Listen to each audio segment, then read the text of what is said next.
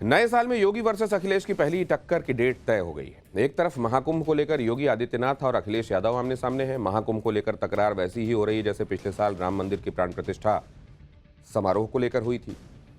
अखिलेश यादव कभी महाकुंभ की अव्यवस्थाओं पर सवाल उठाकर सीएम योगी को घेरने की कोशिश कर रहे हैं, तो कभी महाकुंभ के लिए भेजे जा रहे न्योतों को लेकर। लेकिन इस सब के बीच अब योगी आदित्यनाथ को अखिलेश यादव से लोकसभा चुनाव में मिली टक्कर का पूरा हिसाब बराबर करने का मौका मिल गया है। आज चुनाव आयोग में यूपी की मिल्कीपुर विधानसभा चुनाव की तारीखों का ऐलान किया गया। चुनाव आयोग ने तारीखें बता दी। मिल्कीपुर विधानसभा सीट में होने वाले उपचुनाव के लिए 5 फरवरी को वोट डाले जाएंगे, जबकि वोटों की गिनती 8 फरवरी को होगी। उपचुनाव के लिए नॉमिनेशन का काम 10 जनवरी से शुरू हो जाएगा। हालांकि योगी आदित्यनाथ किसी भी चैलेंज से निपटना बहुत अच्छी तरह जानते हैं। एक तरफ सीएम योगी विरोधियों को के हो हल्ले के बीच महाकुंभ को दिव्य और भव्य बनाने में जुटे हैं, तो दूसरी तरफ मिल्कीपुर में जीत के लिए भी योगी आदित्यनाथ सॉलिड प्लान तैयार कर चुके हैं। मिल्कीपुर में चुनाव के ऐलान के बीच योगी आदित्यनाथ आज अचानक दिल्ली पहुंचे। उन्होंने गृह मंत्री अमित शाह से मुलाकात भी की। खबर है कि इस दौरान मिल्कीपुर चुनाव पर भी चर्चा हुई। मिल्कीपुर में विधानसभा उपचुनाव की तारीख का ऐलान भले ही आज हुआ है, लेकिन योगी आदित्यनाथ ने मिल्कीपुर सीट को एक मिशन के तौर पर लिया है। सीएम योगी खुद मिल्कीपुर सीट पर होने वाले चुनाव की तैयारियों की मॉनिटरिंग कर रहे हैं। सीएम योगी लोकसभा में अयोध्या वाली हार का बदला लेने की पूरी तैयारी कर चुके हैं।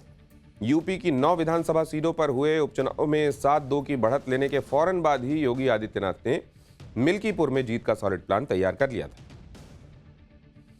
9 सीटों पर हुए उपचुनावों में सीएम योगी ने हर सीट पर 3-3 मंत्रियों को तैनात किया था, तो मिल्कीपुर के लिए यह संख्या डबल कर दी गई। यानी मिल्कीपुर का चुनाव 2 गुनी ताकत के साथ लड़ने की तैयारी हो चुकी। मिल्कीपुर के लिए सीएम योगी ने जिन मंत्रियों की टीम तैनात की है, उनमें जातीय समीकरण साधने की कोशिश भी है। मंत्री सूर्य प्रताप शाही अयोध्या जिले के प्रभारी मंत्री हैं, उन्हें मिल्कीपुर का प्रभारी बनाया गया है। जबकि राज्य मंत्री मयंकेश्वर शरण सिंह को पहले ही मिल्कीपुर सीट के लिए सह प्रभारी नियुक्त किया गया है। वहीं कुर्मी वोट बैंक साधने की जिम्मेदारी सीएम योगी ने अपने करीबी मंत्री स्वतंत्र देव सिंह को सौंपी। ठाकुर वोट बैंक के लिए मंत्री जेपीएस राठौर को लगाया गया है। यादव वोट बैंक के लिए स्वतंत्र प्रभार के मंत्री गिरीश यादव और ब्राह्मण वोट बैंक के लिए राज्य मंत्री सतीश शर्मा को टीम में जगह दी गई। यही नहीं, मिल्कीपुर के लिए योगी आदित्यनाथ ने मंत्रियों की सिर्फ टीम नहीं बनाई, बल्कि उन्हें जीत का मंत्र भी दिया है। खबर है कि सीएम योगी ने मंत्रियों से पोलिंग बूथ के हिसाब से छोटी छोटी टीमें बनाकर लोगों से सीधा संवाद करने की बात कही है। अयोध्या से समाजवादी पार्टी के सांसद अवधेश प्रसाद दलित समुदाय से हैं। मिल्कीपुर सीट अवधेश प्रसाद के सांसद बनने की वजह से खाली हुई है। उपचुनाव में अखिलेश ने अवधेश प्रसाद के बेटे अजीत प्रसाद को कैंडिडेट बनाया।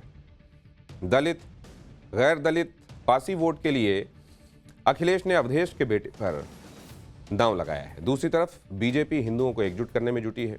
अगर योगी आदित्यनाथ के बटेंगे तो कटेंगे के नारे का जादू मिल्कीपुर में भी चल गया, तो बीजेपी की एक तरफा जीत हो सकती है। हालांकि बीजेपी ने अभी मिल्कीपुर सीट के कैंडिडेट को अनाउंस नहीं किया है, लेकिन अटकलें हैं कि 2017 में अवधेश प्रसाद को हरा चुके और पिछले चुनाव में उन्हें कड़ी चुनौती देने वाले बाबा गोरखनाथ को बीजेपी एक बार फिर से मौका दे सकती है।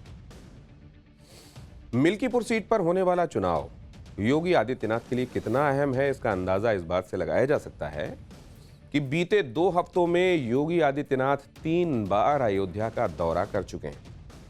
4 जनवरी को योगी आदित्यनाथ ने मिल्कीपुर में उपचुनाव की तैयारियों पर बड़ी बैठक भी की थी और कल यानी 8 जनवरी को योगी आदित्यनाथ की मिल्कीपुर में चुनावी रैली होनी है।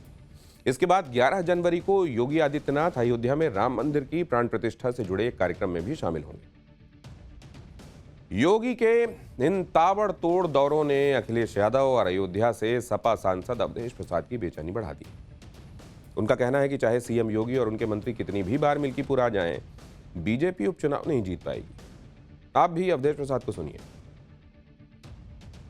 मैथमेटिक का एक सिद्धांत है, नपातुला सिद्धांत है, 0 + 0 + 0 प्लस 0 इक्वल टू 0। जी जी जी। चाहे एक बार जाए, चाहे 8 बार जाए, चाहे 10 बार जाए, चाहे 12 बार जाए, चाहे रोज जाए, उसका असर मिल्कीपुर के देवतुल्य मतदाताओं पर, मिल्कीपुर के सम्मानित बुजुर्गों पर, सम्मानित नौजवानों पर, सम्मानित माताओं पर, बहनों पर और सम्मानित सभी वहाँ के सम्मानित नागरिकों पर कोई असर नहीं होना है।